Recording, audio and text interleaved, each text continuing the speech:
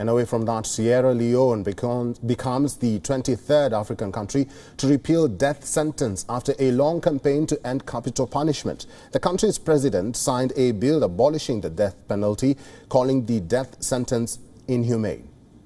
We all too often familiar phrase of hanging persons by the neck until they die, or tying persons to a stake and burning them down are cruel, inhuman, and degrading. We should never allow that to happen in this country. We are a civilized nation. We should not. We shall not.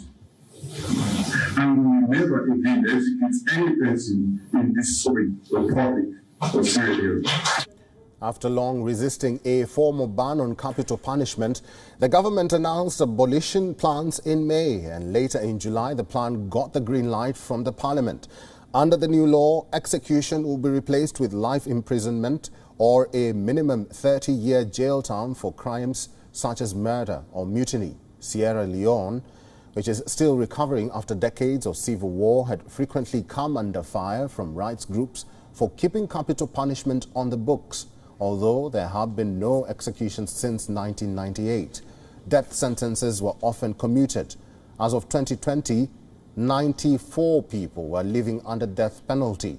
More than 70% of the world's countries have abolished capital punishment in law or practice. However, the death penalty continues to exist in many parts of the world. Official data isn't available out of China, but according to multiple reports, the maximum numbers of executions takes place there.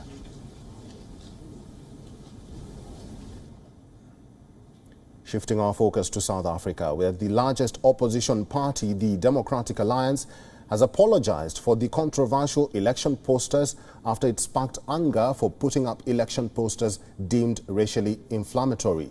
But there was an about time. The Democratic Alliance has started removing the contentious posters in KwaZulu-Natal. The posters, which read, "ANC called you racists, but the DA calls you heroes," refer to racial tensions in Phoenix, which surfaced during the civil unrest in July.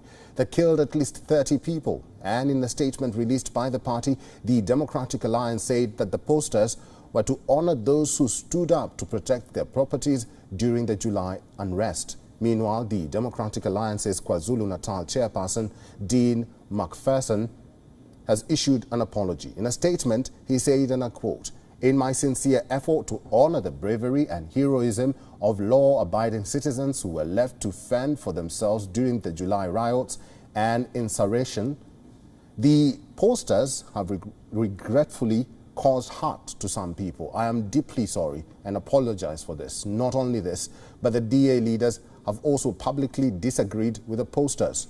They have been widely criticized as racially divisive, further sparking anger in a country that still struggles with its apartheid past. The ruling party ANC has called these posters shameful and fascist in nature.